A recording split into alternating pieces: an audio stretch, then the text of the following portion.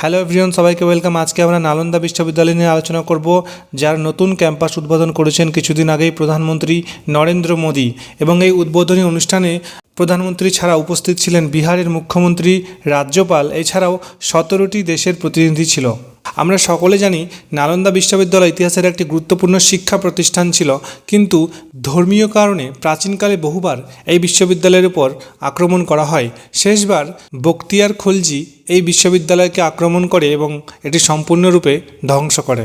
সেই প্রাচীনকালের নালন্দা বিশ্ববিদ্যালয়ের ধ্বংসস্তূপকে বিশ্ব হেরিটেজের তকমা দেওয়া হয়েছে। তো আজকে আমরা নালন্দা বিশ্ববিদ্যালয় নিয়ে বিস্তারিত আলোচনা করব। তো যারা নতুন রয়েছে অবশ্যই চ্যানেলটাকে সাবস্ক্রাইব করে নাও এরকম ভিডিও দেখার জন্য। তো চলো ভিডিওটা শুরু করা যাক।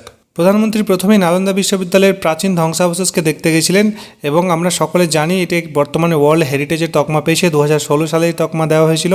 নালন্দার যে নতুন ক্যাম্পাসের উদ্বোধন হলো, সেখানে 2টি ব্লক রয়েছে, উভয় ক্ষেত্রে 40টি করে শ্রেণীকক্ষ বা ক্লাস রয়েছে এবং মোট 1900 ছাত্রছাত্রীর বসার বন্দোবস্ত রয়েছে। এছাড়া 300টি করে আসনযুক্ত 2টো অডিটোরিয়াম হল রয়েছে।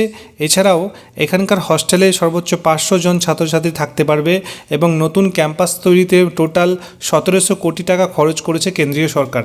তো আমরা দেখলাম নালন্দা বিশ্ববিদ্যালয়ের পুনঃপ্রতিষ্ঠানের জন্য যথেষ্ট খরচ করা হয়েছে, যথেষ্ট প্রচেষ্টা নেওয়া হয়েছে কেন্দ্র সরকারের দ্বারা। এই নতুন নালন্দা বিশ্ববিদ্যালয়ের ইতিহাস আমরা জানবো যে কীভাবে এই নালন্দা বিশ্ববিদ্যালয়টি প্রস্তাবিত হয়েছে। নালন্দা বিশ্ববিদ্যালয়ের পুনঃপ্রতিষ্ঠানের প্রথম প্রস্তাব দিয়েছিলেন এপিজে আব্দুল কালাম যখন তিনি রাষ্ট্রপতি ছিলেন। তিনি 2006 সালে বিহারের বিধানসভায় ভাষণ দেওয়ার সময় এই বিশ্ববিদ্যালয়ের পুনঃপ্রতিষ্ঠানের কথা উল্লেখ করেছিলেন। এরপর 2007 সালে পূর্ব এশিয়া শীর্ষ সম্মেলনে এই বিশ্ববিদ্যালয় প্রতিষ্ঠা করার প্রস্তাব অনুমোদিত হয় এবং 2009 সালে সেই প্রস্তাব গৃহীত হয়। এই যে শীর্ষ সম্মেলনটা হয়েছিল, টোটাল 17টা দেশ ছিল এবং এই 17টা দেশের প্রতিনিধি কিন্তু উদ্বোধনী অনুষ্ঠানে উপস্থিত ছিল।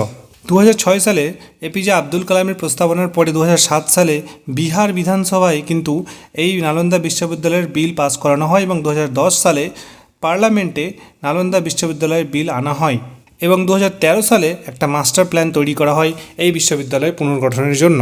তারপর 2014 সালে school of historical studies and school of ecology and environmental স্টাডিজে শিক্ষাদান শুরু হয়।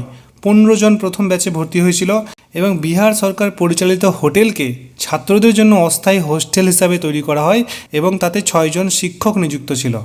তো এইভাবে যাত্রা শুরু করে নালন্দা বিশ্ববিদ্যালয় ডক্টর এপিজে আব্দুল কালামের প্রস্তাবের সময় থেকেই, এবং তারপরে আস্তে আস্তে 2007, 2009, 2013, 2014 এইভাবে আস্তে আস্তে বিভিন্ন ডেভেলপমেন্ট হতে থাকে এবং বর্তমানে 2024 সালে এসে এর নতুন ক্যাম্পাস উদ্বোধন হলো, যেটি গোটা দেশের জন্য খুবই গর্বের বিষয়। আপনাদের কি মতামত আপনারা অবশ্যই আমাকে কমেন্ট সেকশনে জানাবেন এবং দেখা হচ্ছে আপনাদের সাথে পরের ভিডিওতে।